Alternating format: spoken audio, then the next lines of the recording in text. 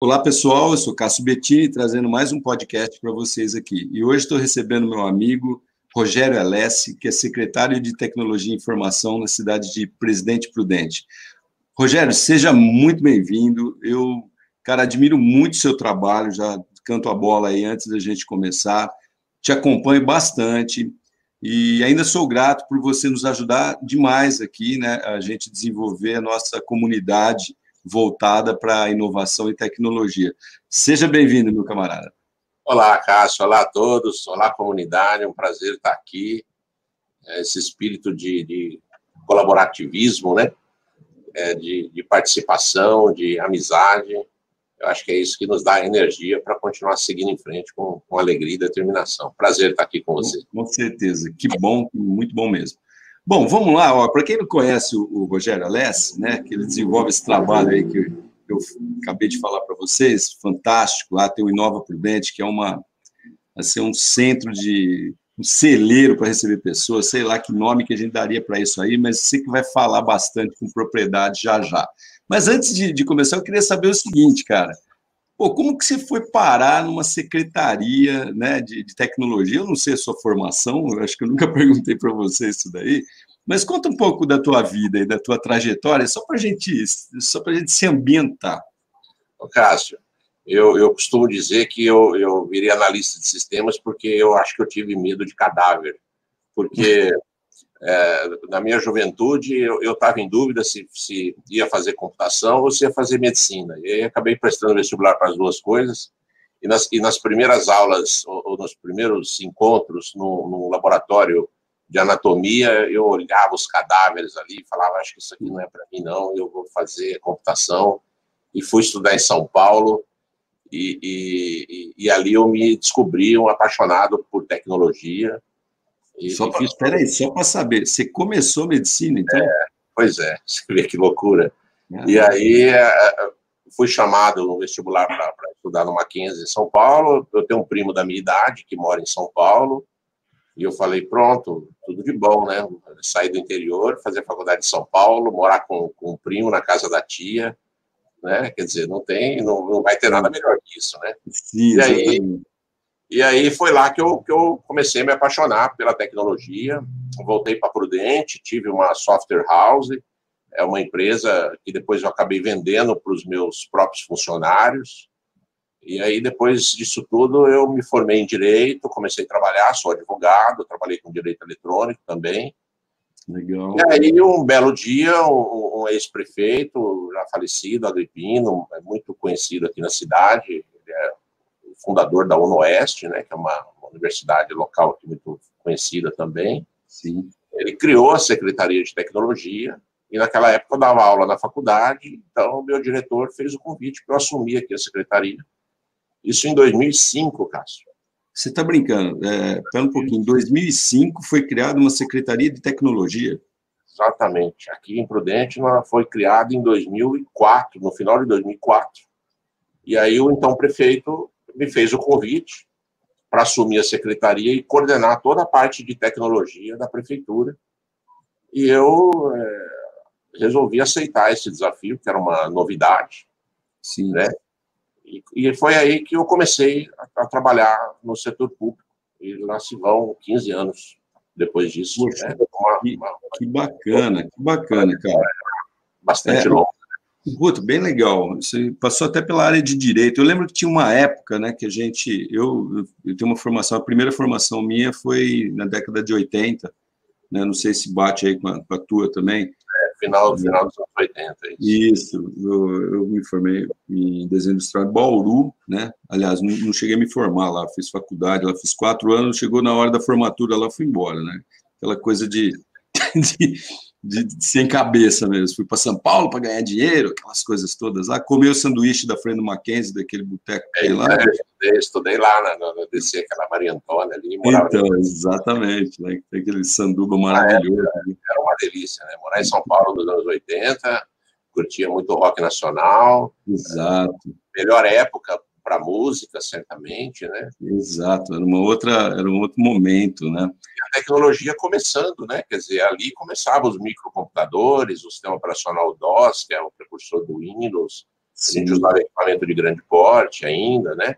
Trabalhava em grandes empresas. Cheguei a fazer um estágio no Play Center, em São Paulo, como acadêmico ainda. Então... Eu lembro que eu fui contratado também, mas foi no início da década de 90, fui contratado por uma empresa de software, né, da tua área aí. A minha área sempre foi design, marketing, etc. E os caras falaram para mim, cara, você sabe ligar computador, você sabe usar CorelDRAW? Né? Eu falei, cara, eu não sei nem ligar o computador, irmão. Não sei nem onde que aperta o botão aí. E os caras falaram, pô, eu sei mesmo que a gente quer.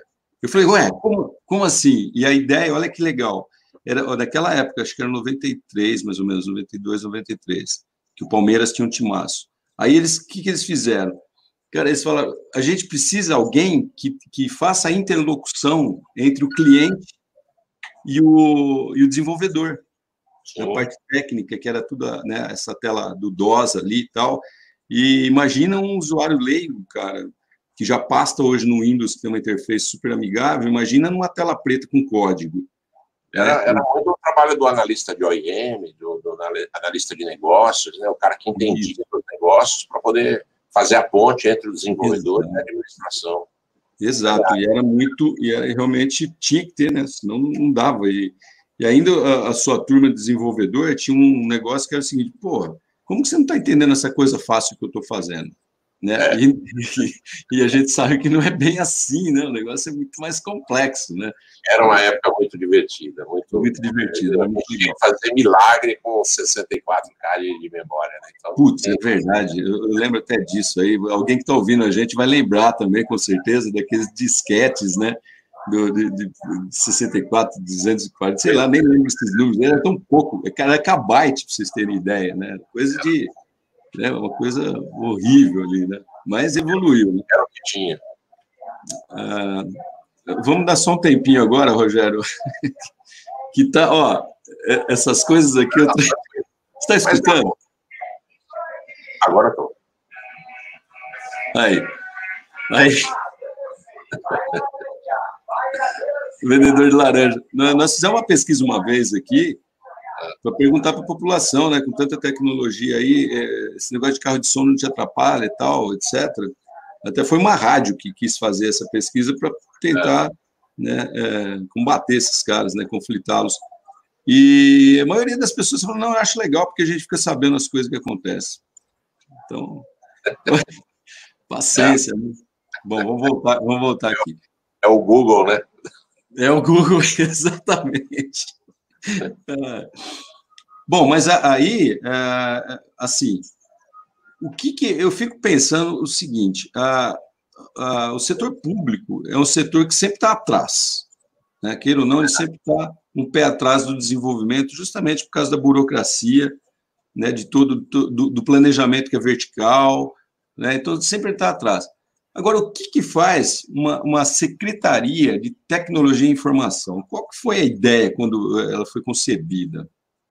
Aqui naquela época foi montado um antigo CPD, né, que é o Centro de Processamento de Dados, e aí os próprios funcionários perceberam a necessidade, na época, de centralizar as decisões, porque cada secretaria da prefeitura, quando se falava em tecnologia e informática, né, que era a expressão mais comum, cada secretaria cuidava dos seus processos isoladamente, e nem sempre isso conversava. Então, a própria prefeitura, os funcionários, os servidores, né, convenceram, na época, o prefeito de que haveria necessidade de ter um departamento para centralizar as decisões e as operações de TI na prefeitura. Isso foi, Prudente foi uma das primeiras cidades a criar uma secretaria de tecnologia. Pois é. E aí, depois de alguns anos, isso passou a se tornar uma política pública para melhorar a prestação do serviço. Como você disse, o setor público ele tem muita dificuldade de inovar, ele tem muito medo, ele tem muito receio, ele é muito lento, ele é muito grande. Então, a prefeitura, o poder público, ele é pressionado por inovação por todo mundo, né? Pelos fornecedores que exigem que a gente seja mais moderno, né, mais ágil, pela comunidade, pela sociedade, pelos contribuintes, né, pelos próprios funcionários. Só que ele mesmo não tem essa vocação natural né? Por uma série de razões, né? Claro. Não tem concorrentes, não tem, isso não é uma medida exigida legalmente, enfim. Mas eu acredito num motivo em especial que talvez seja o maior que eu tenho percebido nesses últimos 15 anos. A inovação, ela pode dar como resultado uma experiência ruim. Isso faz parte do mundo das startups, você sabe muito bem disso, claro, que o erro, o fracasso, é uma possibilidade. Aliás, é muito difícil você ter sucesso sem passar sucessivamente por vários fracassos. E o poder público, ele, como regra, ele não pode fracassar, porque se ele tiver algum prejuízo, alguém tem que pagar essa conta. Ótimo. Então, você imagina a cabeça do servidor público tradicional, né? Sim. Em que ele pensa o seguinte, olha, por que eu vou inovar que se eu errar ali na ponta, eu vou ter que arcar com prejuízo. E se eu acertar, eu não ganho nada com isso. Então, não há um incentivo natural, né? Sim, o arriscar para o setor público é uma coisa complexa, né? Complexo, porque você imagina eu contratar uma startup para resolver um problema, pagar por isso e ela não conseguir resolver o problema. O meu CPF vai ser responsabilizado. Sim. Então, o gestor público, ele já trabalha num meio onde a inovação ela não é recomendada por conta disso. A gente não consegue. Sim, é um ponto de vista. É um ponto de vista bastante legal, assim, né? Porque a maioria das pessoas que não fazem parte desse ambiente, geralmente a gente olha, né? Me coloco nesse ponto aí também, a gente olha e fala, pô, por que os caras não fazem isso, caramba? Né? Tá aí uma boa explicação, bem plausível, né? Agora, tem um negócio, Alex, que eu acho que vale a pena comentar aqui. Esses dias eu li a respeito de uma coisa chamada adocracia, com DH, né? E, para quem não sabe o que é aí, foi algum guru lá americano que inventou essa terminologia, não sei a origem, mas a origem da palavra, né? Mas é o seguinte, tem a burocracia, que é realmente toda essa coisa de que a gente conhece bem, depois tem a meritocracia, que você gratifica, né, por resultados, e a docracia, que é por projeto. Então, o engajamento, né? Qual que é o objetivo deles? Eu estou falando isso só para a gente ver possíveis possibilidades, né, de mudanças no setor público. Eu sei toda essa dificuldade, mas não custa abrir os olhos para isso, né? A gente está em época de mudança, bastante mudança de modelos. Então, a adocracia é aquele negócio assim, a gente tem uma empresa de 200 funcionários, você está com algum problema lá, não inibe qualquer pessoa que trabalhe com você, nem a faxineira, nem ninguém, a dar ideias de melhoria para algum processo. Então, a pessoa vai lá, coloca num painel lá uma determinada ideia, fala, essa ideia aqui para solucionar tal coisa, tipo Startup Weekend lá que a gente faz. Aí juntam pessoas, fala, gostei dessa ideia, acho que eu quero trabalhar nesse projeto dessa pessoa aqui. Então, ela vai por espontânea vontade de trabalhar, né? Então, ela adota uma ideia, um projeto, né? Como consultor ad hoc, né? Talvez venha daí a expressão. Pode ser. Pode ser o ad hoc que é... Você contrata um consultor para resolver uma questão pontual, né? E aí, a partir dali, você desenvolve. Eu me lembro que aconteceu... e, às vezes, o servidor, ele também não percebe que ele pode, com uma contribuição muito simples, inovar. Eu tenho um exemplo que ilustra muito bem isso, que eu acho que serve também... certamente serve para as empresas, né? A gente tinha, uns anos atrás, aqui na prefeitura, muita ocorrência de alvarás falsificados. Então, esses alvarás que são obrigatórios a fixação na parede, né? E que o comerciante que estava em débito com a prefeitura, ele não conseguia emitir o alvará, então alguns faziam o quê? Falsificavam, é muito simples falsificar, né? Quer dizer, a pessoa falsifica dinheiro, não vai falsificar uma espécie de um diploma, um certificado, e colocavam na parede ali. Isso estava incomodando, a gente queria criar uma solução para minimizar isso. E aí, numa reunião, muita gente deu ideia. Não, vamos comprar um papel com uma etiqueta, enfim. E aí um deles deu a seguinte ideia. Não, vamos colocar um código no certificado, e aí, quando o fiscal for fiscalizar, ele digita esse código, nosso sistema vai ver se esse alvará é válido ou não. Aí o cara de TI que estava do lado falou assim, é exatamente o que o QR Code faz, né? Bacana. Aí todo mundo parou, falou, como assim? O QR Code faz isso. E ali, do nada, numa conversa espontânea, surgiu uma solução simples para a gente resolver um problema. E agora, já há alguns anos, os alvarás têm o QR Code, então qualquer pessoa, não só um fiscal, pode fazer a leitura daquele certificado para saber se ele está correto, né? Putz, então, você vê que é uma inovação muito simples. Às vezes as pessoas acham que para inovar você precisa, né, fazer uma implementação muito forte, e às vezes uma pequena mudança no processo ou a implementação de uma tecnologia simples. Sim, exato. Muda todo o processo. Muda todo o processo. Uma das coisas, outro dia, que eu estava conversando com uma pessoa daqui, da nossa cidade, era justamente essa ideia de você criar uma MEI, que hoje você faz rapidamente via internet, né? Você cria um CNPJ em 5 minutos, e depois você tem que recorrer no município para poder dar continuidade, né? Oficializar no município essa MEI. E aí que começa o enrosco, né? Pede documento físico, para você tirar cópia, não sei o quê. E eu falei, poxa, por que não cria o Google Forms, que todo mundo usa? Né? O cara manda foto, cria um mecanismo lá, como você falou, o QR Code aí resolveu. São coisas simples, realmente, que você vai poupar tempo de todo mundo. Né? E ao contrário daquilo que a gente estava conversando aqui, até em paralelo, em off, antes da gente começar nosso hangout aqui, nosso podcast, e falar, poxa, vai desocupar o funcionário? Não, não vai desocupar, né? Que nem as máquinas, né? Que elas não substituem o ser humano, substituem tarefas que dá para substituir, olha. Mas tem tarefa que não dá, que é mais nobre, então poderia ser aproveitado, principalmente... Eu tenho percebido nesses anos que uma das formas de você impulsionar a inovação é você tirar a pessoalidade do processo. Então, eu vou te dar um exemplo. Quando você vem aqui na Prefeitura de Prudente para abrir uma empresa, algum funcionário tem que conferir os documentos para saber se está tudo certo. E aí, se tiver faltando algum, ele te orienta, você tem que voltar. Então, é todo um processo de conferência que tem que estar tudo ali. Qual que é o que a gente percebeu?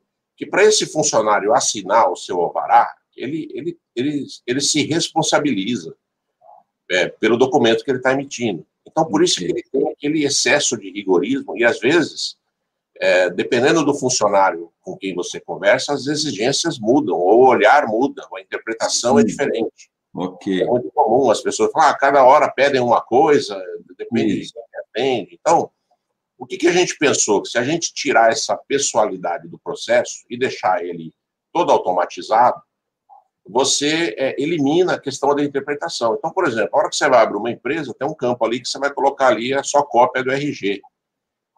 Você coloca o documento, e aí você preenche todos os formulários junto os documentos, e no final você assina uma declaração dizendo que todos os documentos que você apresentou estão corretos e você se responsabiliza. Transfere a responsabilidade para a pessoa, né? Exatamente, a gente inverte. Né? E o sistema emite esse alvará para você e abre a tua empresa. Então, perceba que a gente tirou do processo a pessoa que depois se sentiria responsável por tudo isso. E ser penalizada, né, de repente, é isso que você está falando, né? Eu sou um funcionário público, eu falo, poxa, se eu fizer errado aqui, deixa eu ser mais exigente, porque eu posso ser penalizado e tal. Porque ele tem essa preocupação de, eventualmente, nossa, será que esse RG aqui tá verdadeiro? Será que esse documento não está vencido? Não tá? Então, ele tem uma preocupação muito forte, porque, afinal de contas, é ele que está cuidando do processo. E se você automatiza, você inverte, fala, olha, a gente está dando um voto de confiança. É o que a Receita Federal faz com a gente no imposto de renda. Você declara e você envia. Se tiver errado, a responsabilidade é sua. Claro. A gente inverte o processo. Por que eu tenho que ficar pedindo um documento autenticado para o cidadão? Não, você me dá um documento simples e assina que está tudo certo. Se tiver errado, depois nós vamos ver o que aconteceu. Então, eu acho que essa inversão de você dar um voto de confiança para a pessoa também ajuda muito. Né? A gente pode encurtar processos aí, deixar o serviço público mais leve. E você acaba desonerando também, né, o excesso de trabalho do setor público. Né? Se aumenta a velocidade, né? A gente está implantando um sistema novo aqui na prefeitura de aprovação de projetos de construção, que também é uma dor terrível. Você imagina, você vai fazer uma ampliação na sua casa, uma construção, o engenheiro tem que conferir se, será que você deixou 2 metros menos de frente? Será que você não construiu a mais ou a menos? A gente está mudando tudo isso. Olha, está aqui a lei, está aqui as regras, você apresenta o projeto, o engenheiro assina que está tudo ok. Então, o engenheiro é responsável por aquilo lá. Ele é responsável porque ele está entrando. Eu não preciso, como poder público, ficar conferindo aquilo que um profissional qualificado e habilitado está fazendo. Eu faço uma fiscalização por amostragem. Se uma obra tiver problemas, eu posso identificar quem foi o responsável e levantar depois todos os projetos daquele profissional para ver se realmente é recorrente aquele erro ou não. Porque nós não damos conta, infelizmente. Não é possível você fiscalizar uma cidade inteira. Então, você tem que inverter o processo. Né? Eu acho essa linha, Rogério, eu acho essa linha fantástica, né? E você falou de 2 processos aí. Um, que era realmente esse do Alvará, que foi bacana. O outro, que é essa apresentação do documento, transferir a responsabilidade para quem apresenta, né? Tanto aí na parte de engenharia, quanto na parte de outras coisas aí. Agora, me diga o seguinte, já foi implementado isso aí, em Prudente?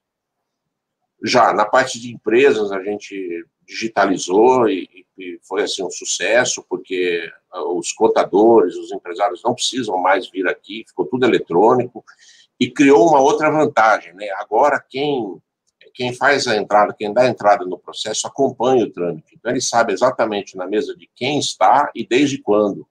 Putz, que perfeito. Então, você abre um nível de transparência que, se porventura um processo ficar muito tempo na mesa de um servidor, o interessado ele tem essa informação, e o servidor sabe que o interessado tem essa informação. Então, você cria regras claras para todo mundo. Né? E às vezes acontece, olha, escuta, faz uma semana que você está para dar um parecer aí, o que está acontecendo? Sim, está faltando alguma coisa, quer que eu ajudo, né? Enfim. Tem que ser transparente, porque nós não temos interesse algum de prejudicar a sociedade, muito menos de deixá-la mais lenta. Pelo contrário, é interesse da administração que tudo corra bem. Então, a gente abriu, que é para ter um nível de transparência muito maior. Né? Isso tem tido resultados bastante interessantes, inclusive na produtividade. Putz, perfeito. Eu imagino que nessa época que a gente está vivendo, né, que está afetando a todos, né, que o impacto aí do isolamento deve ter atingido pesado todas as corporações, digamos assim, né? Vamos considerar também que uma administração pública é uma corporação. Então, e afeta, né? Aqueles que não estavam, por exemplo, com um mínimo de usando tecnologias, como você falou, devem estar mais apertados, com certeza. Eles estão sendo obrigados a fazer tudo aquilo que podia ter sido feito nos últimos anos, né? E fazer agora por uma questão de sobrevivência. Né? Até uns meses atrás, antes da pandemia, as empresas elas automatizavam o processo para reduzir custo, aumentar a eficiência, enfim. Agora é uma questão de sobrevivência. Se você não for para a internet, você não vende. Então não tem... mudou já o paradigma, né? Quer dizer, as empresas agora elas se veem obrigadas a navegar em águas em onde muitas apenas observavam, entravam só até a janela, e agora... Deixa eu ver se vai dar certo, né? Deixa eu ver se o fulano lá está usando, deixa eu ver se dá certo, depois eu entro, né? Aquela coisa... Aqui também a gente precisou se reinventar. Porque a hora que você agora está falando, né? A hora que você digitaliza tudo, nós estamos com 98% dos serviços digitalizados. Isso, para órgão público, é uma coisa medonha, assim, de grande, né? Porque você tem resistências internas, até culturais, né? O servidor olha aquilo e fala, não, mas agora, e onde é que eu vou carimbar e assinar? Não, você não precisa mais carimbar, você só aperta o clique aqui, aperta o botão e já... Não, mas e se alguém, sabe? Então, você vê o temor, é cultural, é uma coisa... Mas eu acho que, aos poucos, a gente vai derrubando essas barreiras, porque as pessoas vão percebendo que, para elas, ficou melhor, ficou mais fácil. Sim. Né? Então, isso quando o funcionário percebe, ele se convence de que essa nova maneira de trabalhar melhorou o trabalho dele, seja porque ficou mais organizado, mais rápido, mais limpo, mais confiável, ele compra com você, né? E aí ele aceita muito mais rapidamente, e assim a gente consegue essas parcerias que são fundamentais, senão você não implanta. Senão não vai, né? O colaborador, né? Tem que haver. Agora, nesse sentido aí, Alessio, dentro do setor público, eu não sei quantos funcionários tem aí Prudente, mas... Somos 4 mil funcionários. 4 mil pessoas. Nesse período, né, com certeza vocês estão tomando algumas medidas aí, né, do isolamento. E como é que está sendo o atendimento? Como é que vocês estão conseguindo suprir isso daí, né? Considerando que Prudente está bem à frente aí com tecnologias, como você mesmo disse agora. Nós temos duas grandes soluções. Uma é um portal digital, chama prudentedigital.com.br, onde ali você tem 90% dos serviços que a prefeitura presta, né? E a gente tem um outro sistema, que é um sistema eletrônico de comunicação interna e externa, em que qualquer pessoa pode virtualmente fazer qualquer tipo de pedido, né? E quando for imprescindível, porque existem alguns casos que ainda, então, foi feito um acordo extrajudicial de uma dívida, de um parcelamento, então a justiça exige que a pessoa assine um documento, né? Aí ela tem que vir aqui na prefeitura, e aí a gente marca um horário, faz um atendimento, horário marcado, agendado, né? Mas isso tem sido muito pouco. A imensa maioria dos processos migraram, e mesmo internamente, às vezes a gente tinha alguma resistência, a gente conseguiu demonstrar que está mais fácil, porque muitos funcionários puderam desempenhar essa atividade em casa, né? Porque, ora, se o serviço dele passou a ser todo eletrônico e está na nuvem, ele também não precisa mais vir aqui. Então, isso é uma coisa que eu gostaria de perguntar para você. Realmente, o setor público tem um problema sério de responsabilidade com a população, com o contrato que tem com a população. E já é apedrejado pra caramba, no sentido de esse funcionário não trabalha, aquela coisa lá, que você conhece bem, não é assim que funciona? Bem, trabalha, não sei o quê. E com esse advento de home office que a gente está vendo aí, eu, por exemplo, estou vendo aqui em Birigui que tem muita gente que está fazendo o serviço de casa e pode fazer o serviço de casa, né? Você acha que isso... e outra, a gente sabe muito bem também que você desonera um pouco, né, a estrutura quando a pessoa trabalha da casa dela. É óbvio que exige uma outra estrutura, que é uma rede boa na casa da pessoa, de repente ele não tem uma internet boa, mas precisaria de uma internet boa, um telefone que fale à vontade, etc. e tal. Mas você acha que isso, a partir desse momento que a gente está vivendo, né, que as pessoas têm que reagir, o setor público também está fazendo, ele está se mexendo, está aderindo também com as empresas convencionais, você acha que isso vai impactar numa possível mudança, né, a hora que essa coisa toda acabar? Qual que é a tua opinião? Nas empresas, sem dúvida alguma, isso já está acontecendo, né? No setor público, em menor escala, mas a gente percebe que isso também já vem acontecendo. Como a gente está fazendo praticamente todos os dias reuniões virtuais, às vezes até dentro aqui do prédio, quando é uma pessoa que está fora, tal, a gente já virou meio que um hábito, uma cultura, né? O que a gente precisa definir, porque é longo, né? Essa questão de horário de trabalho, isso aí tem mais de 200 anos, né? Que é quando a produção da pessoa era medida pelo tempo. Então, você vai trabalhar 8 horas por dia, porque em 8 horas eu sei que você vai produzir X. Isso está impregnado na cultura da sociedade, que você tem que trabalhar 8 horas por dia, porque entende-se que em 8 horas você produz aquele X. Isso daí é modelo industrial, né? É o modelo industrial, que nasceu lá com a Revolução Industrial, né, no final do século XVIII, e continua até hoje. Mas existem determinadas atividades que isso não é necessariamente dessa forma, né? Você pega alguém da imprensa, por exemplo, um jornalista, ele às vezes o fato acontece fora do horário de trabalho dele. Exato.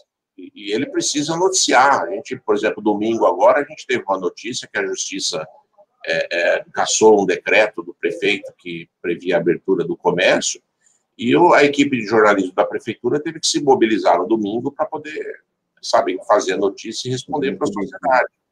Então, essa ideia de que as pessoas têm que trabalhar 8 horas por dia atrás de uma mesa, isso, para muitas áreas, também no poder público, já começou a se...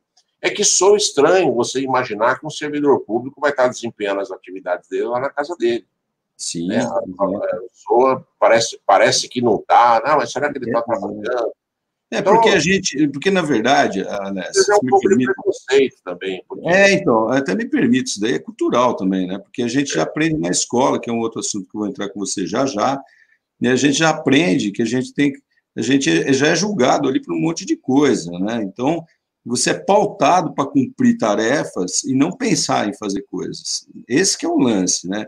Então, numa dessa, o cara já vai lá com certo receio e fala assim, tenho até medo de trabalhar em casa porque vão me taxar de vagabundo, né? E a produtividade é esquecida, né? E a gente tem uma outra questão que só para arredondar, que é o processo seletivo do poder público, que ele, via de regra, é muito ruim, né? Eu vou te dar um exemplo, os empresários que estão nos ouvindo vão entender isso perfeitamente. A gente faz um concurso para contratar 50 escriturários. A prova é a mesma para os 50 escriturários. Mas eu vou ter escriturário que vai trabalhar na Secretaria de Educação, com processo de alunos e professores. Eu vou ter escriturário que vai trabalhar na Secretaria de Assuntos Jurídicos, cuidando de processos judiciais. Eu vou ter escriturário que vai estar fazendo atendimento ao público. Então, o perfil do dia a dia desses escriturários são diferentes. Como é que você vai selecionar tudo de uma mesma forma, se o desempenho da atividade lá na ponta é incompatível com a forma... Então, você acaba colocando um talento num lugar onde talvez ele não tenha condições de se desenvolver, porque ele não tem aquelas competências que seriam exigidas para aquela função. Exato. Então, você contrata pessoas que às vezes se frustram no meio do caminho, porque não era, ele foi para o serviço público, mas ele desempenha uma função que às vezes ele não tem as competências, né? Ou ele não se identifica. Não se identifica com aquilo. E aí eu vejo até o seguinte, eu vejo uma coisa grave aí, né? Que o sistema todo, ele está moldado, ele é vertical, ele está moldado assim, até a própria relação de emprego, né, de um funcionário público, que ele tem uma estabilidade, digamos assim, entrei ali, fiquei tranquilo e tal, você tem uma nova geração que ela é completamente diferente, ela tem outros hábitos, né? E eu até acho que vale a pena comentar aqui o seguinte, tem um amigo aqui, um empresário aqui de Birigui, e fui fazer um serviço para ele tem eram com 5 jovens, um dos jovens lá, para você ter ideia, eu fui lá fazer um trabalho de estimulá-los ali a serem proativos, vamos chamar assim, deles tomarem a iniciativa, né? Então, cara, tinha um deles lá que nunca foi num banco fisicamente. O cara acho que tinha 21, 22 anos, nunca foi num banco. É tudo online que o cara faz. Outra coisa, uma dificuldade tremenda em falar no telefone. Não fala igual a gente fala no telefone e tal, ou tinha esse hábito, até também estamos perdendo, mas o cara só fala em WhatsApp. E aí, se exigir de um cara desse que use, sabe, que ele... Não, você tem que aprender a falar no telefone, é um soft skill, talvez, isso, né? Então... É uma competência que ele não tem sequer interesse em aprender aquela... Nem conhece, né, cara? Exatamente, não tem interesse. Não faz sentido para ele, né? Não faz sentido, mas por que eu tenho que ir, né? E aí fica difícil, porque você começa a violentar a pessoa, né? É isso que eu ia te falar. A gente tem um problema que eu acho que acontece em grandes empresas também, que são as diferentes gerações, né? Eu tenho servidores que foram contratados no tempo da máquina de escrever, que acompanharam a transição. E tem outros mais novos que já são nativos digitais e que já têm uma familiaridade muito maior, evidentemente. Exato. E o processo, a tarefa, é exatamente a mesma para todo mundo. E aí você tem perfis completamente diferentes, pessoas com habilidades completamente distintas, com anseios e desejos, e você tenta pôr todo mundo na mesma caixa. Não dá certo. Não Então, dá certo. a gente tem muita dificuldade em quase todos os assuntos, né? É um esforço dobrado.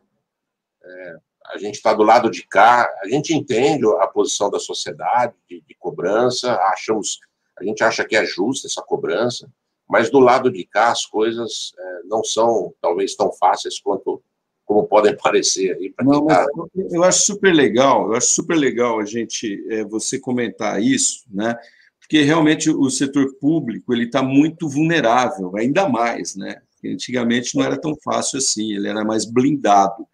Hoje, com a informação que ela está muito mais democrática, digamos assim, ele está sujeito a levar mais pedrada mesmo, né? Então, é bacana você falar isso, porque a gente tem que compreender, sim, né, que existe toda uma cultura, né, existe um time, né, para as coisas se transformarem, não é da noite para o dia, né?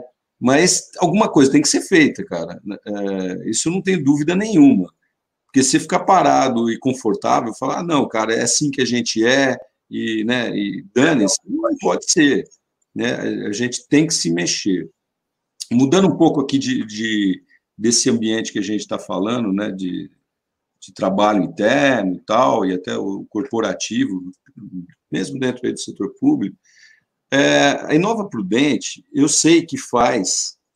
Pessoal, para quem está ouvindo, a Inova Prudente tem um coworking lá que é um dos maiores, aí, se eu não me engano, no Brasil, né? Não sei se é mais alastrado ainda para a América nossa aqui, mas é gigante, eu conheço lá e vejo que sempre está tendo alguma coisa diferenciada.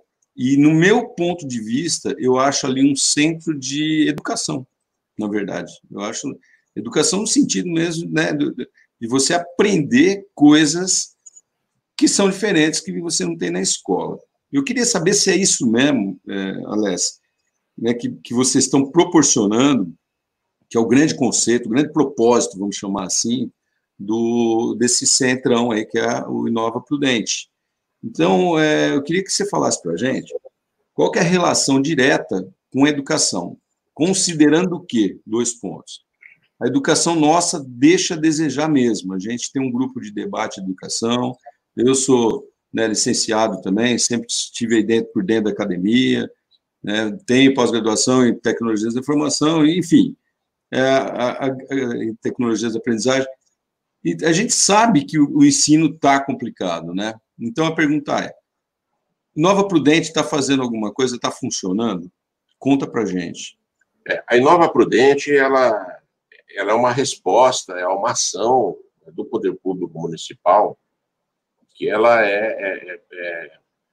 para resolver, ou pelo menos para ajudar a sociedade a resolver uma série de problemas. Eu dei aula por mais de 20 anos e eu sempre percebia que os melhores talentos iam embora. Isso é uma realidade aqui na cidade, como é de outras cidades, como Prudente. A gente tem excelentes escolas e instituições de ensino superior, com cursos de altíssima qualidade, e aí os melhores alunos iam trabalhar em grandes empresas em outras cidades. Então, isso era recorrente. Isso sempre me incomodou, não só a mim, como a muita gente aqui na cidade. Como é que a gente pode fazer para parar essa sangue, segurar, né? E aí, como nós não temos essa vocação de ter grandes empresas, indústrias na cidade, mas a gente tem uma massa de acadêmicos e de graduados muito boa, de alto nível, a gente entendeu que uma das formas de melhorar esse ecossistema seria o poder público intervir forte, como nunca havia acontecido, criando um espaço em que essas pessoas pudessem se desenvolver.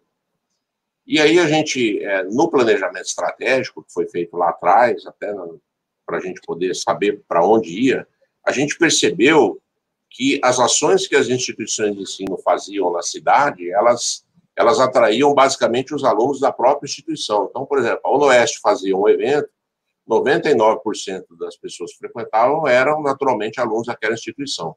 Uma outra instituição, a Toledo, por exemplo, fazia um outro evento, basicamente eram os próprios. Então, você não havia, claro, na sociedade, um compartilhamento entre essas instituições, por uma questão natural. Claro. Quando a gente veio com a proposta de criar um espaço novo, neutro, porque ele pertence ao governo, portanto é de todo mundo, a gente percebeu que as instituições todas se aproximaram, que os alunos, os professores, os profissionais, começaram a enxergar naquele espaço um espaço de compartilhamento mútuo e de oportunidades. Então, automaticamente, a gente acabou oxigenando o ecossistema e ampliando as conexões que eram como se fossem várias lagoas, e, de repente, tudo isso começou a se transformar num lago maior. Essa é a visão na prática. E a Inova veio com esse desafio de quebrar esses paradigmas e de sociabilizar e de aproximar todos os grandes players aqui da cidade. E a gente conseguiu reunir lá todas as instituições de ensino superior da cidade, o SEBRAE, o Sistema S, com a Fiesp, com a Ciesp, com o Senar, as escolas técnicas, como a ETEC também, né? Empresas, mais recentemente investidores. Então, a gente percebeu que a Inova começou naturalmente a promover esse desenvolvimento. E disso a gente chegou à conclusão que a gente podia dar um segundo passo, que era implementar ações práticas para criar novas empresas, até para que esses talentos possam se fixar aqui na cidade. Okay. Foi aí que a gente começou a lançar os editais de aceleração de projetos. A gente está vivendo o terceiro edital, onde basicamente a gente destina um volume de recursos, que também não é muito. A gente investe cerca de R$100 mil em cada edital, e esses R$100 mil são divididos em bolsa e em mentorias. Então, a gente publica um edital, quem tem uma boa ideia, um bom projeto, se inscreve, uma banca seleciona os melhores, e esses projetos passam por mentorias e por consultorias de capacitação, para a gente acelerar esses projetos e transformar depois em empresas.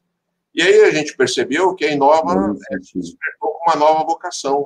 Hoje a gente brinca que lá é uma fábrica de startups. Perfeito. Empresas estão nascendo lá, né? E se desenvolvendo. E agora, no nosso último e mais nobre, vamos dizer, desafio, eu digo mais nobre porque ele, na minha concepção, é o mais difícil de acontecer numa cidade do interior como a nossa. É a gente transformar projetos de pós-graduação em empresas. Isso é fantástico. O Vale do Silício já faz isso há 40 anos. E hoje eu tenho lá, hospedados na Inova, a gente já tem 4 teses de doutorados que se transformaram em CNPJ e estão monetizando já. Então, olha que coisa maluca. O cara fez uma pesquisa de doutorado e ele percebeu ao longo da pesquisa ou no final que aquilo que ele estudou pode virar um negócio. E ele pode ganhar dinheiro com aquilo. Ele pode se transformar numa empresa. A gente entra com todo o suporte, ele tem sala, ele tem mentoria, ele tem... Porque, às vezes, a pesquisa dele é sensacional naquele ponto, mas ela não passou por uma validação jurídica, por exemplo. Então, ele não sabe se... Ou validação de mercado até, né? Validação de mercado, ou um aprimoramento de marketing, por exemplo, ou talvez uma estratégia de venda. Sim. O problema está muito bem resolvido, porque é uma tese de doutorado.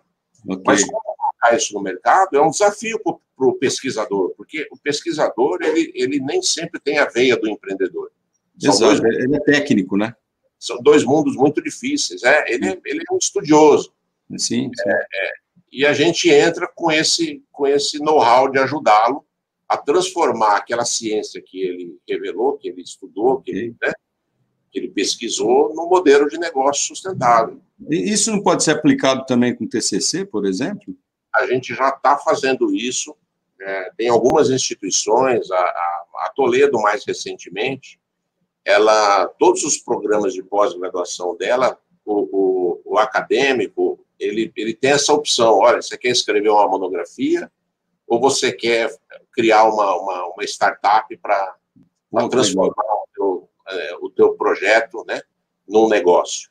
Claro. Isso já está acontecendo. Eles montam times, e são times multidisciplinares, times com uma boa experiência de mercado, com alto nível, né? Normalmente são pessoas aí que já estão no mercado há alguns anos, que buscaram a pós-graduação, e esse time ao invés do aluno escrever lá um TCC na graduação, ou uma dissertação, né, ou uma monografia, ele cria um negócio. Perfeito. E olha que interessante, eu sempre acreditei que essas pessoas com alto nível de educação, elas têm condições de criar o seu próprio negócio, o seu próprio emprego. Não é possível que alguém que passe por um programa de doutorado não tenha condições de criar o seu próprio emprego. Ele não pode ser... É difícil da gente, né, aceitar naturalmente que ele precisa de uma empresa para criar um emprego para ele. Sim, né? Exato. Não pode. Ele tem uma qualificação e ele tem condições de oferecer para a sociedade. E aí a gente descobriu uma outra coisa que eu achei sensacional, que é você permitir que volte para a sociedade aquela pesquisa acadêmica. Aí sim que é um negócio fantástico, né? Porque geralmente, o que acontece? Fica muito na academia, né? Essas coisas. Vira um certificado que ele pendura na parede. Exato. Né? E que ele, às vezes, se ele for um servidor público, um professor acadêmico, talvez ele tenha ali um acréscimo no salário, porque ele alcançou o título. Mas continua lá dentro. Mas a sociedade não consome aquela inovação que muitas vezes ele descobriu, ele criou, né? E a gente só melhora a sociedade com educação e inovação. Não tem outro caminho, né? E essa inovação produzida na academia precisa ir para a ponta, precisa ir para o consumo, precisa ir para a indústria, precisa... E quem que vai fazer isso, né? Então, essa nova economia, essa novíssima economia, na minha opinião, talvez seja uma política de desenvolvimento mais fácil, apesar de toda a dificuldade, mas ela é mais barata. Porque não dá para você trazer uma indústria para a Toyota, para a Prudente, não dá para você trazer uma Embraer para Birigui, elas não vão vir, não adianta. A gente tem que aproveitar os talentos que a gente tem e oferecer... Mas eu acho, Alessio, independente disso, se puder ou não, vir uma empresa de um porte significativo, não impede também que sejam desenvolvidos outros trabalhos acadêmicos que se coloquem em prática, né, na sociedade, pô. Porque ficar só na academia é uma besteira gigante, é um desaproveitamento, né? Assim, você larga a mão do negócio que o cara, como você disse, o cara estudou, pesquisou, sabe com propriedade daquilo lá e não emprega aquilo. Eu tenho uma experiência aqui com amigos doutorados, doutorandos, até doutores, que tem um projeto, e a gente foi lá outro dia bater um papo, cara, e a dificuldade deles entenderem a parte comercial do negócio, né, a parte mercadológica do negócio é gigante, então a gente se propõe a ajudar mesmo, né, para poder tentar. Agora, não existe aqui na nossa região, pelo menos, não existe assim, um centro que promova isso, né? A gente está gatinhando, viu? Nós estamos montando... Eu acho que esse pode ser um dos papéis do poder público, né? Se você olhar 30, 40 anos atrás, as prefeituras, as cidades, elas concentravam esforços para trazer o desenvolvimento em distritos industriais. Essa era a política comum. Exato. Você pegava uma grande área, urbanizava, doava os terrenos para as indústrias e ali se desenvolvia. Hoje, isso é muito caro. E o industrial, o terreno é uma fração do investimento. Ele não precisa mais do terreno para poder... se ele não tiver dinheiro para comprar um terreno, ele não vai ter dinheiro para construir o galpão, ele não vai ter recursos para comprar o maquinário. E, às vezes, ele ocupa lá 500 metros quadrados, ele vai dar 4, 5 empregos. Exato. É uma máquina que vai fazer quase tudo. Então, isso robotizado, são máquinas, automação. Não é um emprego de alto nível, de alta qualidade, que paga bons salários. Então, a gente acredita fortemente, até pelo perfil da nossa cidade, que é essencialmente de serviços, e que tem pelo menos 30 mil acadêmicos morando na cidade, quer dizer, mais de 10% da nossa população é de universitários. Então, nós temos uma massa de mão de obra sendo qualificada muito grande aqui na cidade. Intelectual. Então, intelectual, com cursos de altíssima qualidade, respeitados no Brasil todo. Então, a gente entendeu que criar condições para que essas pessoas se transformem em empreendedores, né, é uma política de desenvolvimento da cidade, tão boa quanto você criar distrito industrial, você fomentar, né, o comércio e assim por diante. Eu vou fazer uma pergunta política para você agora. Isso aí, esse tipo de atividade, digamos assim, de posicionamento e conceito, né, que você acabou de falar para a gente, ele dá uma expressividade para a gestão pública? Ou seja, as pessoas reconhecem isso como uma coisa realmente positiva? Ou aquela coisa, não, é mais um negócio de tecnologia aí? Como que a população vê isso no seu sentimento? É claro que deve ser difícil de mencionar isso, talvez, mas o que você pensa a respeito disso? Ele é expressivo? Quer dizer, ele faz um retorno ali, digamos assim, né, de importante para o município, para a gestão? Não é fácil, é preciso ter muita coragem para implementar esse tipo de política pública. Por quê? Porque ela atinge uma pequena quantidade, né, um pequeno nicho da cidade, né? É diferente de você implementar uma política onde você atinge aí 10, 20 mil pessoas, né? Aqui a gente está falando de um universo que efetivamente usufrui, por exemplo, da Inova Prudente, em torno de 3 mil pessoas diretamente. Então, é menos de em torno de 1% da população, né? Então, sim, realmente, o prefeito ele tem que ter maturidade política e coragem para falar, não, isso aqui é importante, tudo é importante. Mas nós não estamos deixando de realizar outras políticas públicas para investir na Inova Prudente, né? Claro. A gente está tocando tudo. É claro que você tem que equalizar, porque os recursos são finitos, são poucos, e os desejos são, né, sim, a gente quer fazer mais, né?